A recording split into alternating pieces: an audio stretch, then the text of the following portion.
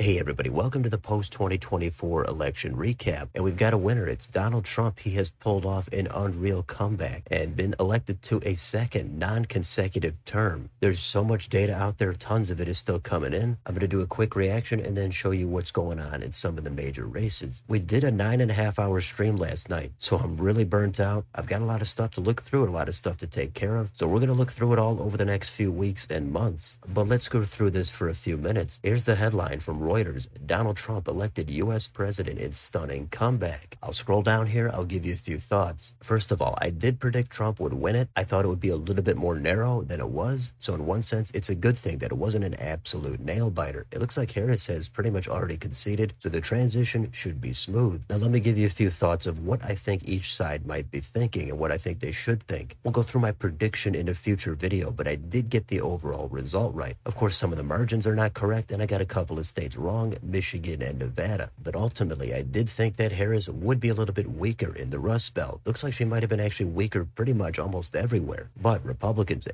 definitely going to be celebrating this win here. And it is an absolute remarkable story for Trump. After taking a loss in 2020, he has to go through another 4 years. There's the indictments, the convictions, tons of negative media coverage. Some of it is self-inflicted. Then there's the assassination attempts. Then there's polling misses. Even though I thought he would win, I thought it could go either way. It really goes to show you cannot underestimate him or his support. He just seems to find a way to get it done. With down ballot races, we're not sure what's going to happen yet. We'll come to those in just a moment. So this is a huge win for the right. We're going to hear all about a transition team, cabinet picks, executive orders, a day one agenda. There's going to be a ton of celebration on the right. Now on the left, I do have a good chunk of viewers that were pulling for Harris. And I said this in the stream last night, but the best piece of advice I can give is it might be a rough couple of years, but you're very likely to have a strong performance in the midterms. Just like in 2018, after Trump was in there for 2 years, there was a pretty big backlash. So you've got that to look forward to. And on top of that, that's it for Trump. 28, it's going to be somebody else. That's a whole nother video who might run in 28. But when it comes to politics or sports or any kind of competition, you're going to take some losses here and there. Both sides have had to deal with this over the past couple of election cycles. The pendulum always swings back and forth. Democrats pulled off the win in 2020. They even had a relatively solid 2022, but now it's going to go in the other direction. But I would say that the Democrats are probably going to come back next time and have some success. I try to encourage people to go in with a range of expectations. I thought Trump was slightly favored, but Harris could have won it and I wouldn't have been shocked. If you're on the winning side, you definitely want to savor it. So whether you're excited and optimistic for the future or whether you're nervous and depressed, I'm going to try to cover politics here on this channel. Usually I do it as fairly as I can. Even if we don't always agree on a certain issue or a certain prediction, hopefully you can still get some benefit from future videos. Now let's quickly go through the electoral map. But Trump has 292 electoral votes. That's more than 270, so he's the winner. Harris is at 224. Trump has flipped at Georgia and the blue wall states of Wisconsin, Michigan, and Pennsylvania. He's definitely ahead in Alaska, and he's also leading in the 2 states in the Southwest. So this is kind of back to where we were in 2016. If this holds, it's going to be over 300 for Donald Trump. As I said, we're going to be looking through this data over the next few weeks and months. Some of these margins in states are not what we had all expected. New Jersey comes to mind. That's much more narrow. Texas and Florida, they're much redder than I expected. But one thing that stands out here is going to be the national popular vote. And Trump is leading that now by 4 or 5 million votes. That is not something that most people expected. I did ask this in a community poll not too long ago. Some people did say Trump was going to win the popular vote, but most people laughed it off and said, of course, it's going to be Harris. I myself did think Harris was going to win the popular vote by just over 2 points. Trump winning it outright is a shock. He narrowed those margins in some of those blue states while also flipping the purple states. And if this holds, Trump is going to be the newest Republican to actually win the popular vote since George W. Bush in 2004. They've only done it a couple of times in the past few decades. So this is a monumental election. Trump was dismissed and laughed off and counted out time after time. So for him to come back and actually secure the popular vote is truly mind-blowing stuff. So let's quickly glance over the U.S. Senate. Well, Republicans do have pickups here in West Virginia, Montana, and Ohio. Those calls are not that shocking, but the margins are a little bit redder than I was expecting. Now, what about the blue wall states? Well, Republicans were actually leading in all 3 of these for a little while, but now a couple of them have flipped. In Wisconsin, Tammy Baldwin has actually been declared the winner, but it's by less than 1%. I did predict she would win, but that is a very tight margin. In Michigan, it's the same thing. Alyssa Slotkin has taken the lead from Mike Rogers. However, in Pennsylvania, Dave McCormick is actually leading Bob Casey. That certainly could be another flip and a pickup. In the Southwest, we've got vote to count here, but Ruben Gallego looks like he is positioned position to defeat Kerry Lake. He's ahead 50-48. And in Nevada, that one is extremely tight. Sam Brown is ahead by half a point over incumbent Jackie Rosen. So Republicans could be doing a lot of damage here in the Senate. The pressure is then going to shift to more moderate Republicans like Susan Collins and Lisa Murkowski. Maybe they become independents. Maybe they become Democrats. But let's move on to the U.S. House. This is close and it's still not final. Republicans do have the advantage. But this is where Democrats actually have some bright spots. Even though Trump won it at the top of the ticket and Republicans did pretty well in the Senate, it's not a red wave in the U.S. House. Democrats had some flips in places like New York as expected. But even if Republicans hold the House, it doesn't look like it's going to be by any kind of a significant margin. So that kind of a majority would be shaky to govern with going forward. We'll see how this plays out over the next few days. And then we can move on and take a look at a few governor's races. So no major upsets here. Josh Stein wins by double digits in North Carolina, so there was a ton of crossover vote there. Bob Ferguson looks like he's comfortably in the lead in Washington, and in New Hampshire, Kelly Ayotte also with a comfortable win. Again, we can look at this all more in depth in the future. So that's a quick overview. Now here's a few of my final thoughts. But as we do that, here are the county shifts across the U.S. And it's a sea of red out there. There's a little bit of blue, but mostly it's dominated by red arrows. And this is pretty much the opposite of 2020 when we saw a ton of blue arrows. We've been looking at that for the past 40 years. Now we're going to be looking at this data for the next 4. There's going to be an endless dissection of it. There's so much more we didn't cover here. Ballot measures, exit polling. It's been an absolute wild ride. Somebody had to come out on the bottom, and this time it looks like it's Kamala Harris. So here's a quick outlook on what I think is going to happen with the Democrats. Well, with any party that takes a loss, there's going to be the immediate finger pointing. That's what we're going to hear about for the next few weeks, maybe the next few months. How did Harris blow this thing? Donald Trump had so much baggage. There was enthusiasm. What happened? There's no question there's going to be infighting, but it looks like this time Jill Stein might be escaping the blame. However, as the months go on, once Trump gets into office, I think you're going to see the Democrats shift back into resistance mode. But we saw the same thing after 2016, because at that point, the focus is going to be limiting the Trump agenda and looking forward to the next midterms where Democrats hope to rebound. So I think eventually there's going to be unity around just pretty much trying to stop Trump.